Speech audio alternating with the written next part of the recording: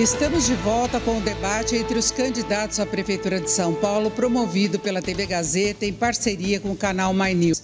E antes de nós conferirmos as regras do quarto bloco, eu gostaria de lembrar que todas as regras que eu estou cobrando de comportamento dos candidatos aqui foram acertadas em longas conversas com os representantes de todos os candidatos que concordaram com essas regras. Elas foram formalizadas, elas foram assinadas e é por isso que eu estou cobrando decoro em relação às palavras, em relação ao comportamento, em relação às provocações. Nós tivemos problemas também nos bastidores durante o intervalo, então eu espero que esse bloco agora possa transcorrer sem provocações. Vamos então conferir agora as regras, quarto bloco. No quarto bloco, os candidatos responderão perguntas dos internautas que foram selecionadas pelos organizadores do debate. A ordem de resposta será definida em sorteio ao vivo após a apresentação de cada pergunta durante o debate. O candidato terá 2 minutos para responder. E de acordo com as regras do debate, nós vamos agora à primeira pergunta de internauta encaminhada pelas redes sociais. A jornalista Fernanda Azevedo vai nos mostrar a pergunta no telão e em seguida vai sortear quem vai responder. Fernanda. Denise, as perguntas chegaram pelas redes sociais da Gazeta e do My News. Vamos então à primeira, da Sanval, veio pelo Instagram. Sobre resolver o problema gravíssimo da Cracolândia.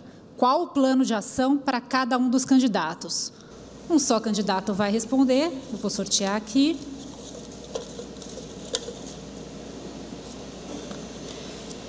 Ricardo Nunes. Por favor, Ricardo Nunes, agora o senhor tem 2 minutos para responder. O tema é Cracolândia, como resolver? Ok. Problema seríssimo de 30 anos. Existe há 30 anos. Lá em 2015 e 2016, eram em torno de 4.000 usuários. Hoje tem em torno de 900. Ainda é muito. E é por isso que eu e o governador Tarcísio, junto com as nossas equipes da ciência social, da saúde, das forças de segurança, estamos trabalhando todos os dias. A gente avançou, saiu de 4.000 para 900, mas é preciso dar continuidade. Prender os traficantes, como foi feita uma operação recentemente entre o governo do Estado, Prefeitura e Ministério Público. A candidata ou o candidato comentou aqui que por que não fecha os hotéis? Foram fechados mais de 38 de hotéis, de ferros velhos, de estacionamento, uma ação contundente para prender o traficante e oferecer o tratamento aos dependentes químicos. Nós temos hoje em torno de 2.500 dependentes químicos que estão em tratamento nos equipamentos de saúde do Estado e da Prefeitura de São Paulo. Esse é um tema sério, que não pode ser tratado com uma questão politiqueira. É preciso tratar com política pública. O governador Tarcísio e eu temos um compromisso nosso de continuar trabalhando todos os dias, de continuar avançando, para que a gente possa chegar no resultado de exterminar esse problema grave de 30 anos. Eu fiz uma ampliação enorme da Guarda Civil Metropolitana. Coloquei 2.000 guardas civis metropolitanos a mais. Eu fiz o Smart Sampa. São 20.000 câmeras com inteligência artificial para poder ajudar na segurança. Eu ampliei os leitos para tratamento desses dependentes químicos. E tem uma coisa que é fundamental, gente. Eu sou contra a liberação de drogas. Já escrevi artigo, falei na tribuna quando vereador, minha posição é clara. Quem é a favor da liberação de drogas, como tem candidatos aqui, a gente já sabe que não tem a mínima condição de tratar de um tema desse tão importante. Perfeito, e nós vamos agora à segunda pergunta de internauta que foi encaminhada à rede social. Fernanda? Certo, Denise. Vamos a mais uma pergunta aqui na tela, do Danilo Santos de Araújo. A tecnologia tem transformado a forma como aprendemos. Como integrar as novas tecnologias ao ensino sem deixar de lado a importância do professor em sala de aula? Quem vai responder sobre educação agora?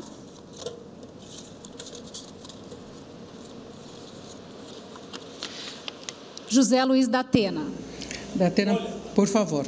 Nós vivemos num mundo virtual, a internet é fundamental e importante. É simples, não só no campo da educação. Você tem que fazer com que o profissional seja habilitado para lidar com a máquina. Você não pode deixar a máquina tomar conta do profissional. E há como você habilitar professores com cursos técnicos de tecnologia para passar essas informações às nossas crianças. O que você não pode fazer é trocar, por exemplo, livros físicos, que são importantíssimos, por livros virtuais, uma tentativa que o governo do Estado tentou fazer e foi combatida. E da mesma forma que a máquina não pode tomar emprego dos homens num país que sofre com falta de emprego, você não pode deixar que a máquina tome na nossa educação, que é um ponto base de cada país, o lugar do professor. Pelo contrário, o professor tem que ser habilitado, tem que fazer os cursos específicos para lidar com computadores, com o virtual. Isso vai ajudar não só os professores, talvez elevar o seu salário, aumentar o campo de trabalho para pessoas que mexem com tecnologia, sem fazer as que estão lá perderem emprego. Isso vai facilitar para as crianças, para os profissionais da escola e vai deixar a abertura total de uso de tecnologia, porque hoje em dia você não vive num mundo virtual sem tecnologia. Eu não sou contra a tecnologia, eu sou contra a tecnologia tomando lugar de pessoas desempregadas. E o Brasil, até outro dia, tinha 14 milhões de desempregados. Até outro dia, tinha 7 milhões de desempregados. Nós não podemos deixar a máquina tomar lugar de ninguém. Nós precisamos ensinar quem precisa ensinar a usar a tecnologia em favor da educação. E vamos a mais uma pergunta enviada pelas redes sociais. Fernanda, por favor. Sim, Denise, mais uma pergunta aqui no telão é do Alexandre Fornazaro. Qual a proposta dos candidatos para que os ecopontos sejam mais utilizados? Como fazer para multar os indivíduos que se utilizam de pontos viciados de descarte de entulho? Então, pergunta de zeladoria e quem vai respondê-la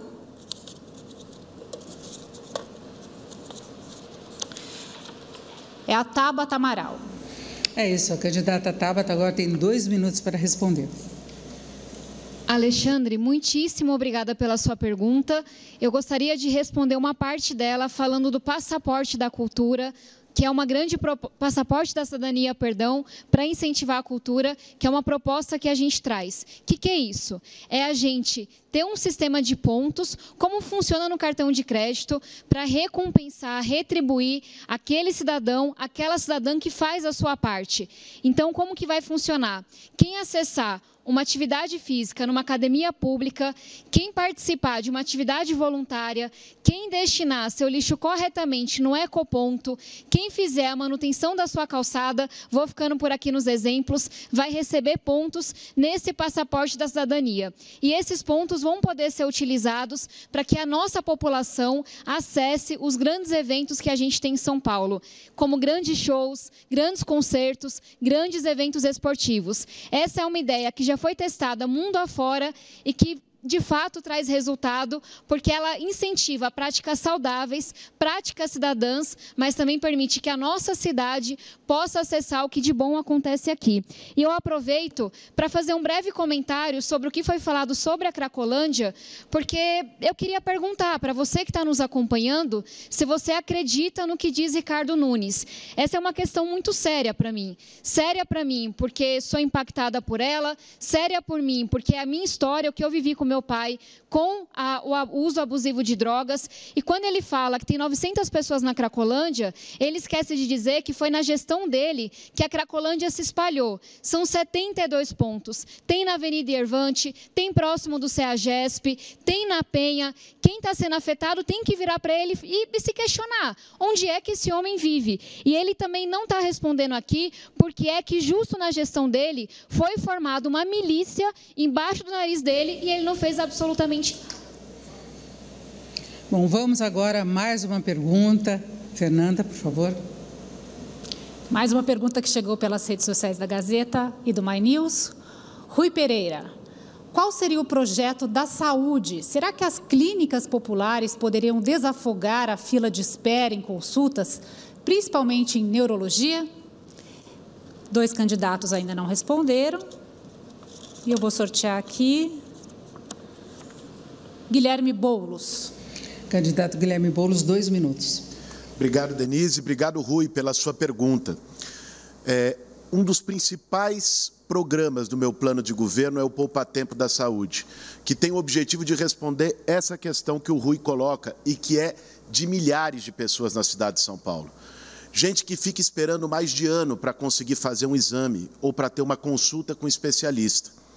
Qual é o problema? Vê só, gente, São Paulo tem um número de médicos por habitante até maior do que a Organização Mundial de Saúde considera ideal. Só que esses médicos estão mal distribuídos, a maior parte deles em rede privada, sobretudo especialistas, ou no centro. Na periferia falta muito. Você vai lá no Hospital do Emboimirim e Hospital do Campo Limpo, naquela região, tem 1, 2 neurologistas só atendendo via de regra, que foi o exemplo que o Rui trouxe. Com o Poupa Tempo da Saúde, vão ser 16 na cidade. A gente vai descentralizar. Vai ter Poupa Tempo da Saúde no Itaim Paulista, vai ter na cidade de Tiradentes, vai ter na região do Grajaú, de Parelheiros, vários onde a gente mapeou onde a fila é maior, onde falta mais médicos. O que vai ser o Poupa Tempo da Saúde?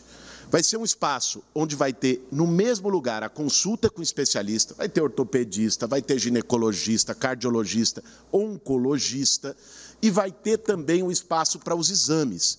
Ressonância. Bom, hoje é quase inacreditável que uma cidade com a riqueza de São Paulo, você tenha até exames simples, em que a fila aumentou muito, mais de 50% no último ano na gestão do Ricardo Nunes.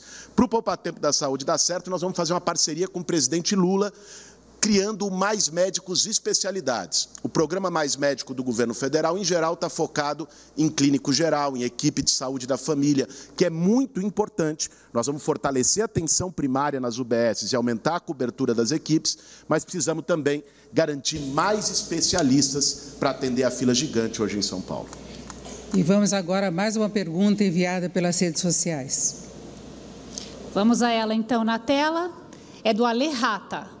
Cansei de transporte público lotado e demorado. Atualmente, utilizo bicicleta como meio de transporte. Qual seria a proposta para mais segurança e ciclovias? E quem vai responder sobre mobilidade é o Pablo Marçal. Pablo Marçal, por favor, 2 minutos. Obrigado, Ale, pela pergunta.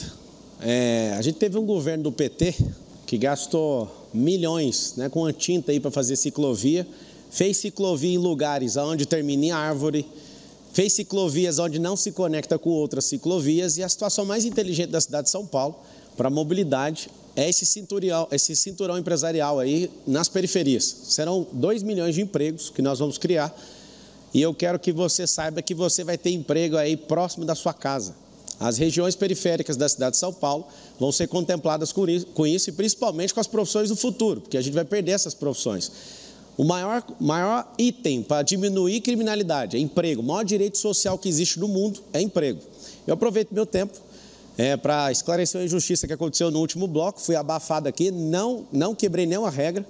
Eles estão querendo colocar isso na minha conta. O ditador saiu da bancada dele, quebrando a regra, veio bem aqui porque ele é candidato de TP.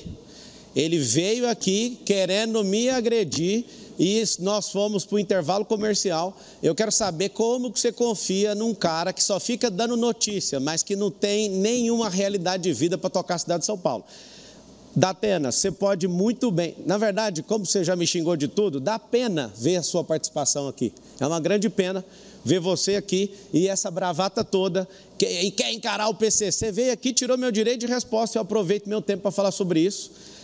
Ele podia confirmar se ele, pegue seu direito de resposta e confirma, você me ligando depois do debate da Band, fala isso, você não é um machão, falou as seguintes palavras: eu não quero ser prefeito, tô cagando para isso, já que você é homem para trazer à tona o que a gente está falando, usa seu direito de resposta para falar isso para a população. Te enganou uma, te enganou duas, te enganou 3, mas não vai não. Agora é o M, punição no Datena, dia 6, ele está querendo até o final, o número é 28, faz o M aí, vamos para cima, São Paulo. Estamos juntos, isso é direito. O Datena está solicitando direito de resposta que vai ser avaliado. Agora, informação do Pablo, questionamento quanto ao não direito de resposta ter sido concedido a ele, porque ele chamou, foi negado naquele momento, Pablo, porque você chamou Datena para a briga. sabe? Isso. Nós estávamos vendo, você estava tendo uma advertência enquanto isso, Datena também não teve naquele momento direito de resposta, porque saiu do púlpito, também estava sendo advertido e neste momento também não foi direito de resposta. Então, temos de seguir as regras e é por isso que não foi concedido. Então, está encerrado agora o 4º bloco. Nós voltamos daqui a pouco com o debate entre os candidatos à Prefeitura de São Paulo, promovido pela TV Gazeta em parceria com o canal My News. Até já!